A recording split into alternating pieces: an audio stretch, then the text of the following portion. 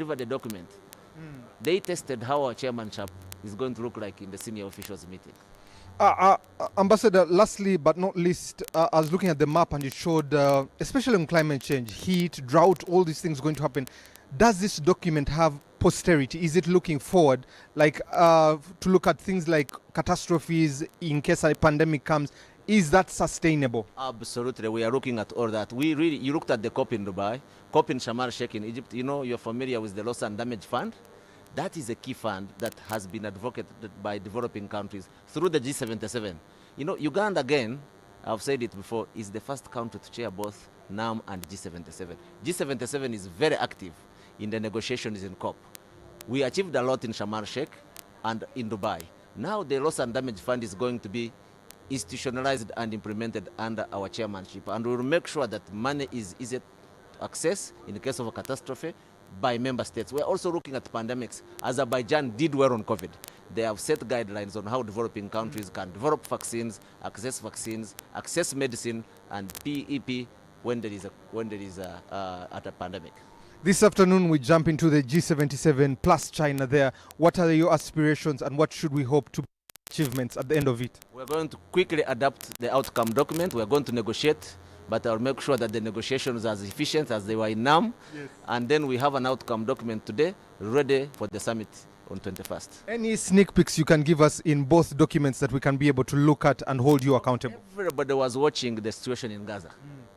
Everybody, how now we have really expressed solidarity with the people of Palestine, that the situation is unattainable. We focused on the ceasefire, humanitarian assistance, but we avoided divisive language. The achievement is that we really encouraged the case of South Africa to go to the court so that the court can determine whether there is genocide or not. This forum is political, is not judicial. I was able to convince member states that we don't need to go there. And I think that was the greatest achievement. We will be respected as now. That we stood here, people thought it was going to be slogans, condemnation, accusations. No. We focused on the issues, which is people dying in Palestine, killings have to stop so that there is peace. The other issues I showed they are important. Let's wait for the court. And South Africa has really done well by taking the lead.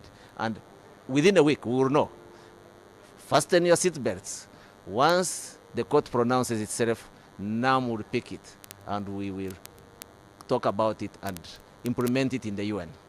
Lastly, Ambassador, when we look at conflict, what is causing the conflict globally, and will NAM be able to give guidelines on member states not to be able to interfere with the independence of others and the sovereignty? Absolutely. When you look at the Kampala political declaration, we are talking about peaceful settlement of disputes. We are talking about non-interference in internal affairs of member states, and those are the principles of NAM that have kept it together, and we will continue pursuing them. Thank you very much, Ambassador. We really appreciate your time here, and thank you for the documents and leading us well through this summit there. We hope to see you this afternoon in G77. Thank you. Anytime. So that was His Excellency Ambassador Adonia, and we have been discussing. We now take you back to the demise of the Honorable Cecilia Barbara T. Mogwal, where legislators at Parliament have reacted to this news, and this is what they told our reporters. I want to send my condolence to the family, to the people of Lango and her constituents of Dokolo, and to the larger FDC community. The Honorable Cecilia Ogwa, we started this parliament when we were 32 FDC MPs. The Honorable Atan was removed through a court process and by-election. Now the Honorable Cecilia Ogwara has died, so we remain 30 FDC MPs. The Honorable Cecilia Ogwa came to be known as Iron Lady because she was very assertive and very forceful speaker, both in the parliament, in the seminars, on radio, on TV. And at the time, it was very difficult to identify yourself as an opposition politician. She's one of those who stood out, together with the Honorable Mara Tubos, the Ben Watchers, the late Dr. Kure Park. But she was also part of the Lango MPs. In the 7th and 6th Parliament, I think the best MPs in this Parliament were from Lango. The Watchers, the Atubo, the Dr. Kure Park, and Cecilia Ogwal. And few as they were, they sounded like they were more than the NRM MPs were in Parliament. Because if you read the content, the Hansard of Parliament, you will discover that they occupied more space than the NRM, who were the majority.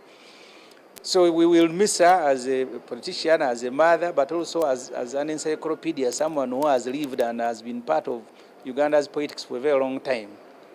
Yes, thank you very much. This has been a very, very sad morning to us. First of all, as Parliament, because Honorable Cecilia has been really a pillar with a very loud voice, a research information that really it's a big blow, a big bang to us as Lango, and secondly, as Parliament of Uganda.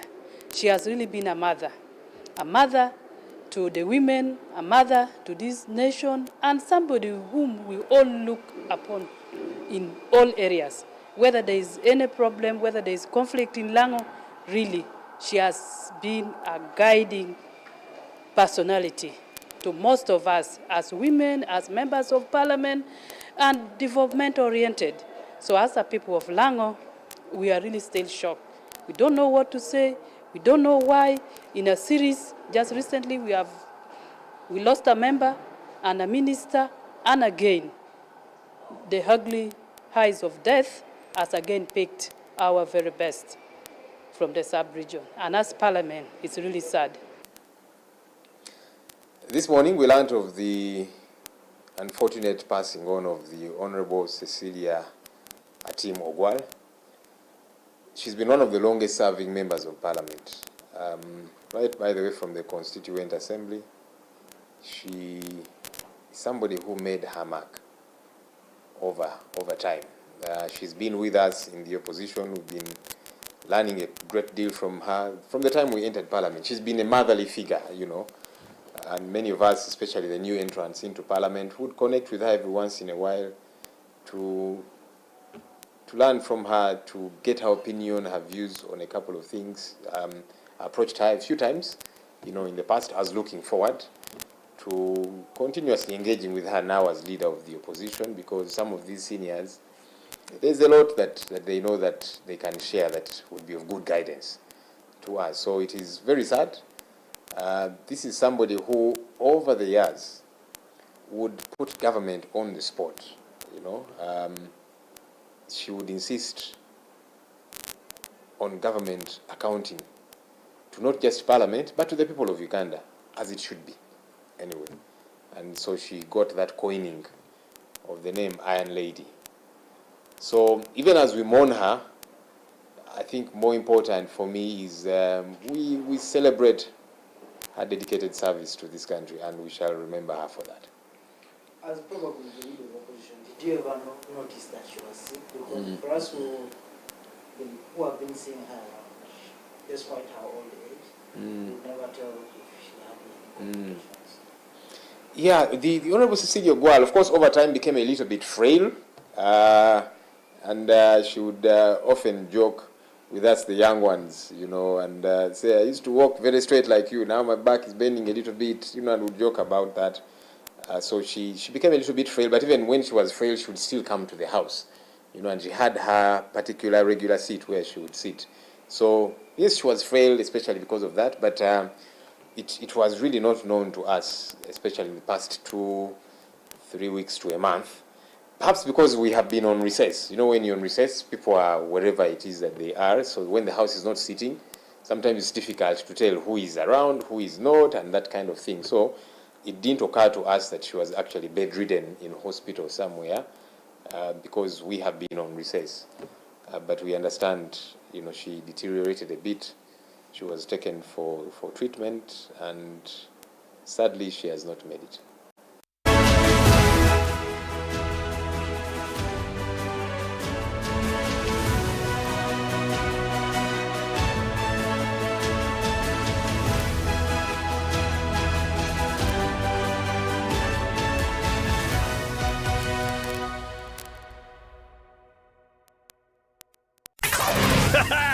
It's super fast internet. Oh, it's a super camera. It's a super battery. Phone battery full. Yeah, it's a super deal. Get the Kapote Super from MTN now at a reduced initial deposit of only 49,000 shillings and pay the balance in Pola.